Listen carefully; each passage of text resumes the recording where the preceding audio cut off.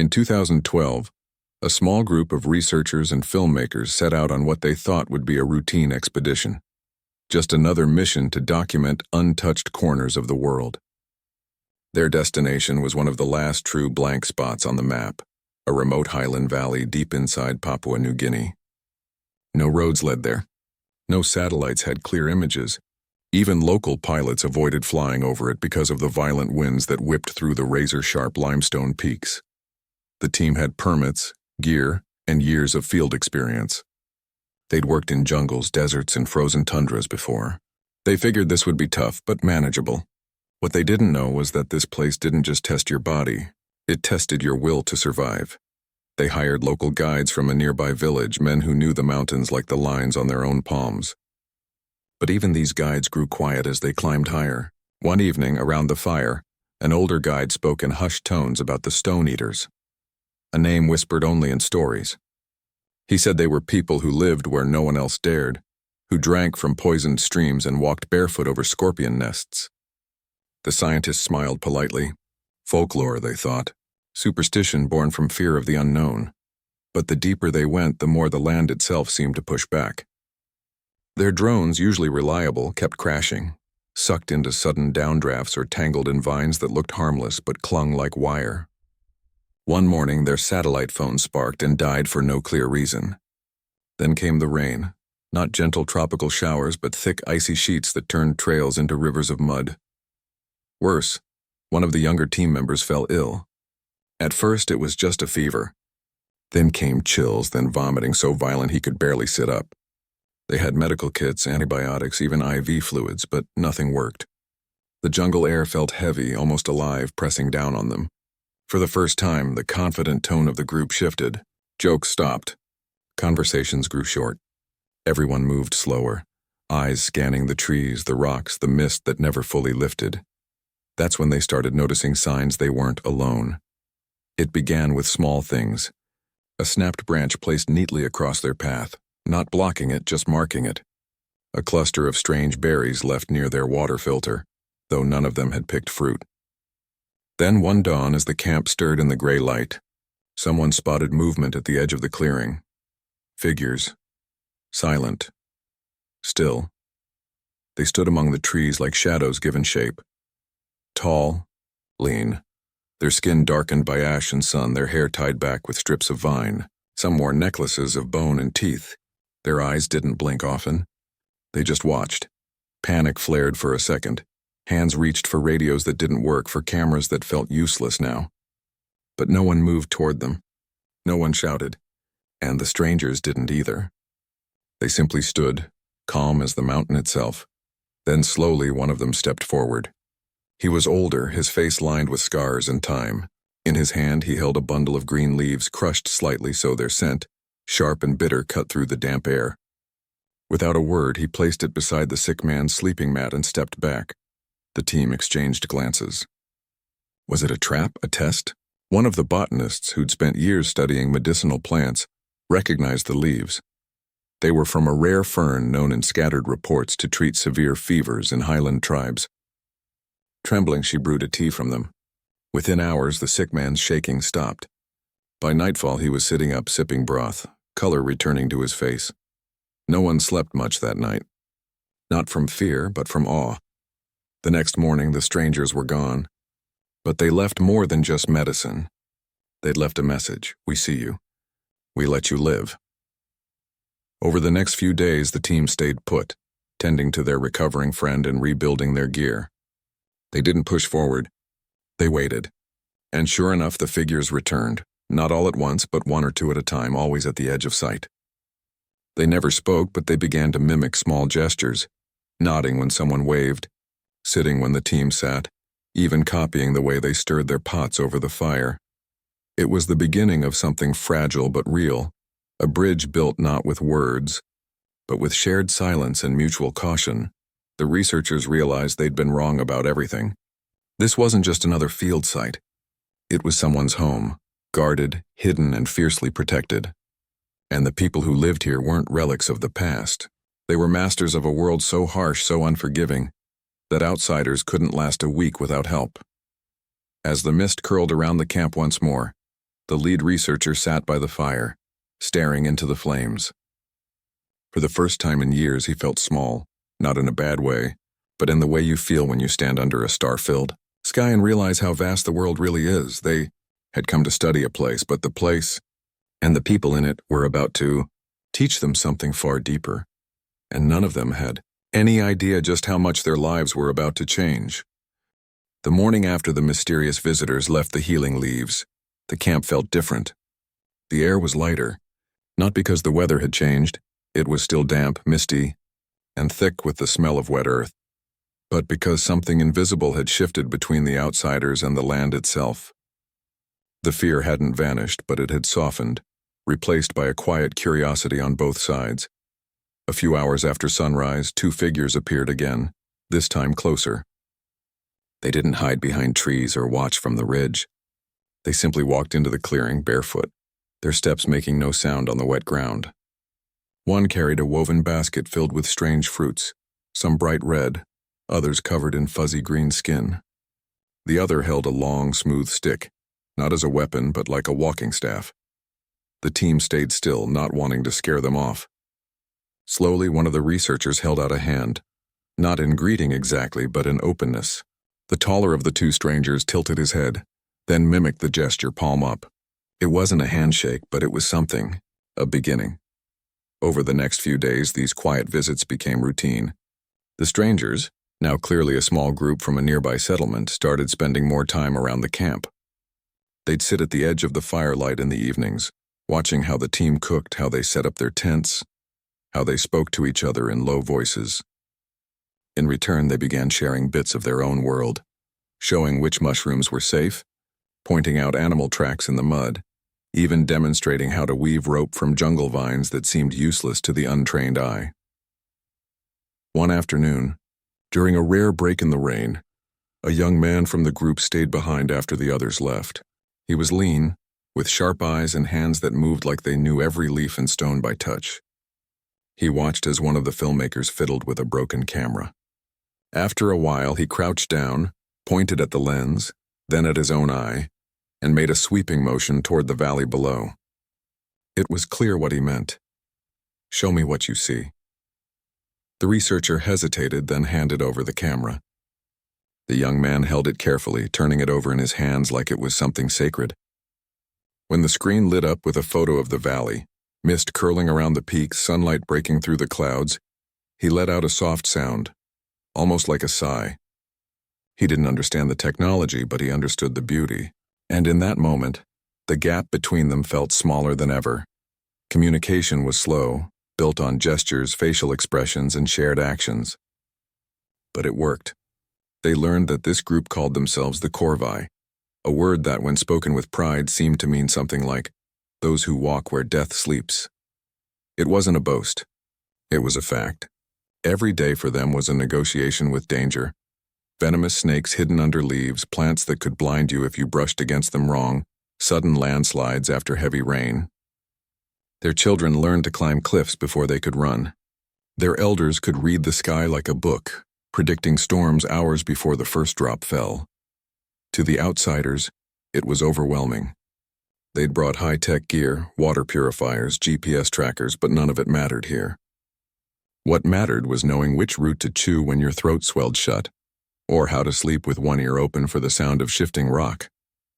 The Corvi didn't just survive this place, they belonged to it.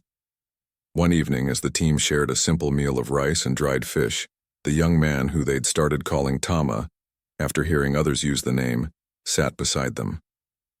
He didn't eat their food, but he accepted a cup of warm tea.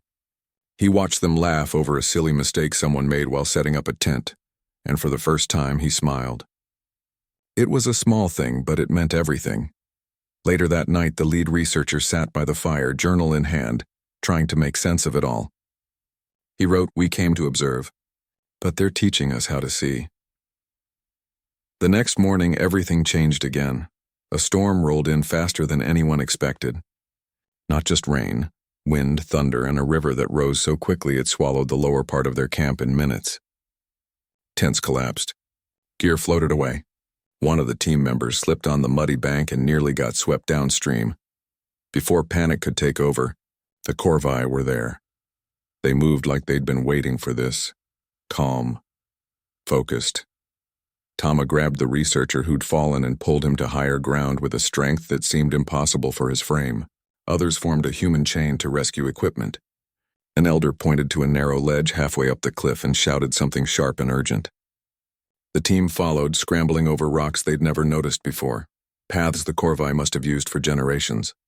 Within an hour, the worst had passed. The river still roared below, but the camp was safe. Most of their gear recovered, and no one was seriously hurt. As they caught their breath on the ledge, soaked and shivering, they looked at the Corvi, not as subjects anymore, but as saviors. Tama met the lead researcher's eyes and simply nodded. No pride, no expectation of thanks, just quiet understanding. That night, around a new fire built on solid ground, the two groups sat closer together. The Corvi shared roasted tubers and smoked meat. The researchers offered chocolate, a strange, sweet treat that made the children giggle and the elders raise their eyebrows in amusement. For the first time, real conversation began, not just through gestures, but through broken words, repeated sounds, and shared laughter. The researchers learned that the Corvi had known about them long before they arrived. They'd watched from the ridges, debated whether to help or stay hidden. Some feared outsiders would bring sickness or greed, but the elder had argued, they are lost. Even Deathworlders were once strangers. So they chose mercy. In return, the outsiders began to see the valley not as a place to study, but as a home, alive, breathing, and fiercely protected. They stopped taking photos without permission. They asked before touching anything. They listened more than they spoke. And slowly, trust grew, not because of technology or titles, but because both sides showed they cared about more than just themselves. By the end of the week, the team had made a silent promise. They wouldn't treat this place like a discovery to be claimed. They would honor it, protect it, and if they ever spoke of it to the outside world, they would do so with respect. Not sensationalism, but even as that promise formed in their hearts, none of them knew how fragile it would be, because the world beyond the mountains was already stirring. Rumors travel fast, even in the most remote places. And once word got out that outsiders had made contact with the Stone Eaters, everything would change. For now, though under a sky full of stars and the soft hum of insects, there was only this moment. Two groups of humans, different in every way, yet connected by something deeper than language. They had no idea what was coming, but for the first time they weren't alone in facing it. Weeks passed, and the rhythm of life in the valley settled into something almost peaceful. The outsiders no longer felt like intruders. They woke with the sun, drank bitter herbal tea brewed by the Corvi elders, and learned to move through the forest without snapping twigs or leaving obvious trails. Their boots gave way to bare feet on soft earth. Their loud voices softened to whispers, and their cameras stayed in bags unless permission was clearly given with a nod or a smile. What surprised them most wasn't just how the Corvi survived, it was how they thrived. Every action had purpose. Every silence held meaning. A child as young as 6 could identify 20 different plants by smell alone. A woman could track a wild pig through mud so thick it swallowed your ankle, just by the way a single leaf trembled hours after it passed. Their bodies carried scars, not from war but from a lifetime of close calls with nature's sharpest teeth and deadliest poisons. And yet they laughed often, sang at dusk, told stories under the stars that made even the most exhausted researchers sit up and listen. One afternoon, the lead researcher watched as Tama showed one of the team members how to read the wind. Not with instruments, but by feeling the direction of the breeze on his skin, watching how the mist curled around certain trees, listening to the call of a specific bird that only sang before a storm. It wasn't science as they knew it. It was something older, deeper. Knowledge passed down not in books but in breath and bone. You don't fight this place, Tama said slowly in halting words he'd picked up, pointing to the steep cliffs above. You listen. It tells you when to move, when to hide, when to eat. If you shout, it shouts back. That lesson hit hard. Back home, people built walls against nature, concrete, steel, air conditioning. Here, survival meant becoming part of the land, not conquering it. The team began to understand why the Corvi called themselves those who walk where death sleeps. It wasn't about being fearless. It was about knowing death so well you could walk beside it without waking it. Then came the day everything clicked into place. A sudden rock slide thundered down the eastern slope. Not huge, but dangerous. Dust and debris rolled toward a small group of Corvi children gathering herbs near the base. Without hesitation, two elders sprinted down a near-vertical path the researchers hadn't even noticed, scooping up the kids and pulling them behind a massive boulder just seconds before the rocks crashed where they'd stood. The outsiders stood frozen, hearts pounding. But the Corvi? They brushed off the dust, checked the children for scratches, and went back to work as if nothing happened. Later, over a shared meal, one of the elders simply said, "The mountain breathes." Today it coughed. There was no drama, no panic, just acceptance and readiness. That night, around the fire, the researchers admitted something they'd been avoiding. They weren't just documenting a culture. They were being reshaped by it. One confessed he hadn't thought about his phone or email in days. Another said she finally understood what living in the moment really meant, not as a slogan, but as a necessity. Even the filmmaker who'd come to capture exotic footage now filmed only what felt honest, meaningful, never staged, never forced. Tama, watching them talk, asked a question that silenced the group. "Why do your people run so fast if they are always tired?" No one had a good answer. Days turned into a quiet routine of learning and sharing. The team taught the Corvi how to purify water with tablets, something the elders found amusing but useful during heavy rains. In return, the Corvi showed them how to make fire without matches, how to find clean water by watching where certain insects gathered, how to sleep safely on a slope without rolling downhill. It wasn't a trade. It was an exchange of respect, but beneath the calm, a tension grew. The researchers knew their time was limited. Supplies were running low. Batteries wouldn't last forever, and though they hated the thought of leaving, they also knew they couldn't stay. The real world, Bill's family's responsibilities waited beyond the mountains. What they didn't know was that the outside world was already reaching in. One morning, a small drone buzzed overhead, too high to be theirs. It circled once, then vanished into the clouds. The Corvi froze. Their faces darkened. Tama looked at the researchers, his eyes sharp. "Your people?" he asked. They shook their heads. Not ours, but they knew what it meant. Someone had followed their trail. Someone had seen the photos they'd sent out weeks ago. Blurry, cautious shots meant only for their university sponsor. Someone had gotten curious. That evening, the elder who first brought the healing leaves gathered the outsiders. He spoke slowly with help from Tama translating. "You came with open hands. We trusted. But your world? It does not stop at the ridge. It eats quiet places, turns them loud, turns them broken." The words landed like stones. The researchers tried to reassure him. "We won't tell anyone where you are. We'll protect this place," but the elder just nodded sadly. Good hearts do not stop greedy eyes. The next few days were heavy with unspoken worry. The laughter returned, but it was quieter. The lessons continued, but with a sense of urgency, as if the Corvi were trying to give them everything they could before it was too late. Then, one clear morning, Tama took the lead researcher aside. He handed him a small pouch made of woven fibers. Inside were seeds, plants the Corvi used for healing, for strength, for calming the mind. "So you remember," he said, "not just with eyes. With hands, it was a gift, and a warning." That same afternoon, far below, the distant sound of engines echoed through the valley. Faint, but unmistakable. Trucks. On a road that shouldn't exist. The team exchanged glances. Their stomachs dropped. The Corvi heard it too. Without a word, they began packing what little they owned. Bundles of tools, sacred stones wrapped in cloth, dried food. They moved with calm efficiency like they'd done this before. Because they had. "You must go," Tama said firmly. "Now, before they climb." "But we can help," someone started. "No," Tama cut in, his voice gentle but firm. "Your help brings more eyes, more noise.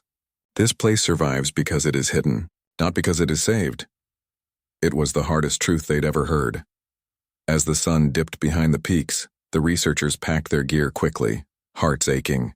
They didn't hug, they knew the Corvi didn't do that. Instead, they placed their hands over their own hearts and bowed slightly. The Corvi returned the gesture. Then, just like that, they were gone, melting into the forest like mist, taking their children, their stories, their silence with them. The team stood alone in the empty clearing, the wind whispering through the trees. They had come to learn about survival. They left understanding sacrifice. And as they began the long hike back to the world they knew, they carried more than gear. They carried a promise to never forget what it means to live lightly on the earth and to protect those who still do. Getting back to the outside world felt like waking from a dream. Except the dream had been more real than anything they'd known in years. The team walked for days through mud and rain, their boots heavy, their packs lighter, but their hearts heavier. When they finally reached the nearest village with a working phone, they didn't call their families first. They called their university sponsor and said, "We need to talk, and we need you to listen." At first, people were excited. Photos from the trip, carefully chosen, never showing faces without permission, spread quietly among researchers and conservation groups. A short documentary clip, approved by the team, showed mist-covered valleys and the sound of distant bird calls, but no people. They were careful. Too careful, some said. "Why hide them?" one editor asked. "This could bring funding, protection, global attention." But the team knew better. Attention wasn't always protection. Sometimes it was the first step toward destruction. Still, they couldn't keep it secret forever. A blurry satellite image, taken by a commercial company scanning for mineral rights, showed signs of human activity in the uninhabited valley. Someone connected the dots. A news outlet ran a short piece. Lost tribe discovered in Papua New Guinea highlands. It didn't name the corvée. It didn't even say tribe, but it mentioned coordinates. And that was enough. Within weeks, everything changed. First came the missionaries. Well-meaning, sincere people who believed they were bringing hope.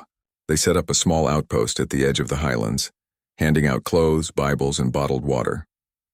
They meant no harm, but their presence alone sent a message. This place is open now. Then came the loggers. Not the small local kind, but big companies with permits that seemed to appear overnight. They claimed they were only clearing unused land. But the trees they cut were the same ones the corvée used for medicine, shelter, and ceremony.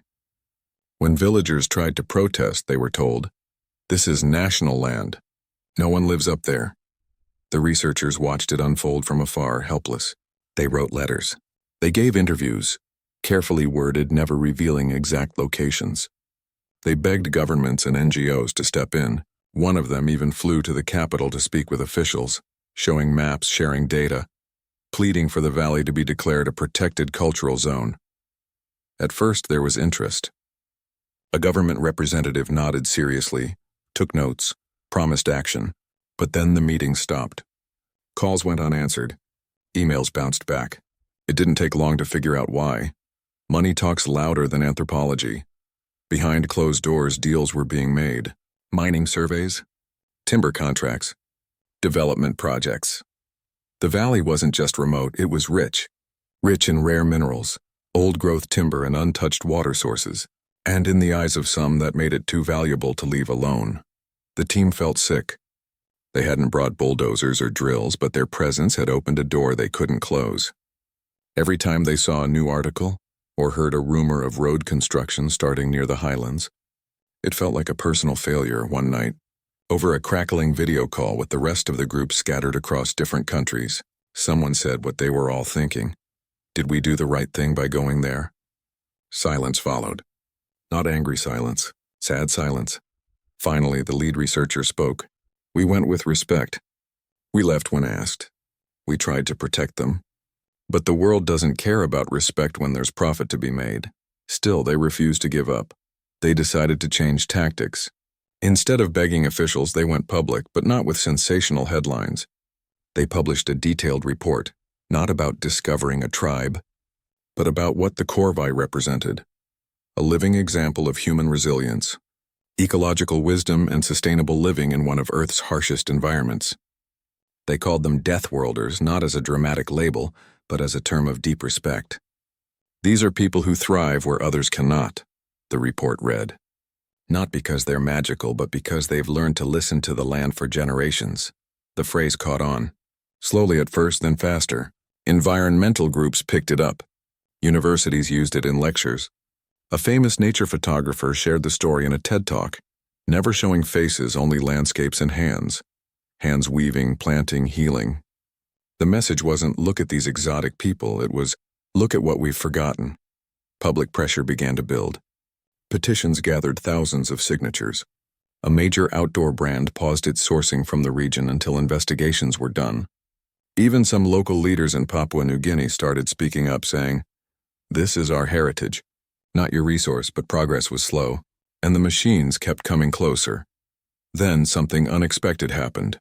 A small group of journalists, real ones, not click chasers, tried to hike into the valley to verify the tribe's existence. They never made it past the first ridge. Their gear was found days later, neatly stacked at the trailhead along with a single carved stone and a note in broken English. "Go home. This place not for you, no violence. No threats. Just a quiet, firm boundary." The story made headlines again, but this time it sparked debate. Was it right to keep demanding access to people who clearly wanted to be left alone? Slowly, the conversation shifted from discovery to respect. The researchers saw a glimmer of hope. Maybe the world wasn't ready to leave the Corvi in peace, but it was starting to understand why it should. Still, they knew the real test was coming. Because once roads are built, they don't disappear. Once trees are cut, they don't grow back in a lifetime. And once trust is broken, it's almost impossible to rebuild. All they could do now was keep speaking. Not for the Corvi, but about the value of letting some places remain quiet. Of honoring those who choose to live differently. Of remembering that not everything needs to be seen, measured, or used. They had gone into the mountains looking for a story. Now they were fighting to protect the silence that came after it. Years passed. The world moved on as it always does, chasing new headlines, new crises, new wonders. The story of the hidden valley and the people who lived there faded from news feeds and conference talks. For most, it became just another footnote in the long list of lost tribes and forgotten places. But for the small group who had stood in that misty clearing, shared fire with strangers, and learned to walk softly on dangerous ground, it never left them. Life went back to normal, or what passed for normal. One returned to teaching, but now, his lectures weren't just about data and dates. They were about listening, about humility, about the quiet strength of those who live close to the earth. Another left field work behind and started working with indigenous rights organizations, helping other remote communities protect their land without exposing themselves to harm. The filmmaker stopped chasing dramatic shots and began making quiet, patient documentaries that honored silence as much as speech. They rarely spoke about the valley in public anymore. Not because they'd forgotten, but because they'd learned the hard way. Some truths are too fragile for the noise of the world. Then, one rainy afternoon, a plain brown package arrived at the lead researcher's door. No return address, just a handwritten note on the label. For those who remember. Inside was a small wooden flute, carved from dark, smooth wood, its surface worn by time and touch. Wrapped around it was a strip of bark cloth, and on it, written, in careful, uneven letters, "We remember your kindness. Do not return. This place kills the unready." No signature. None was needed. He sat on the floor for a long time, holding the flute, tears mixing with the sound of rain on the roof. It wasn't a goodbye. It was a reminder. The Corvi were still there. Still watching, still choosing their own path. Later, he checked the latest satellite images, something he did quietly once every few months, never sharing the coordinates with anyone. The valley was still green, no roads cut through it, no clearings where there shouldn't be. The cloud cover hung low as if the mountains themselves were keeping watch. The place looked untouched, not because it was empty, but because it was protected. By its own harshness, by its secrets, and by the people who knew how to live within its rules. That gave him peace. Not full peace because the world outside still pushed and prodded at the edges, but enough. Over time, the term Deathworlders stopped being just a phrase from their report. It began to mean something deeper. Not superhuman, warriors, but ordinary people who had mastered the art of living in a place that demanded everything. People who didn't conquer nature but moved with it, like water over stone. And slowly, quietly, that idea started to spread. Not through viral videos, but through classrooms, community talks, and conversations around kitchen tables. A student in Canada wrote a thesis on sustainable living inspired by the concept. A park ranger in the Andes used it to explain why some trails should stay closed. Even a few tech companies, ironically, began using it in workshops about resilience and adaptation. The message wasn't about fear, it was about respect. Back in the highlands, nothing changed. Or rather, everything changed in the slow, steady way of mountains and rivers. Children grew. Elders passed on stories. Seasons turned. The Corvi didn't need the world to understand them. They only needed it to leave them alone. And somehow, against all odds, that's what happened. The logging plans were quietly shelved after international pressure, and local resistance made them too costly. The missionary outpost closed when its leaders realized their presence did more harm than good.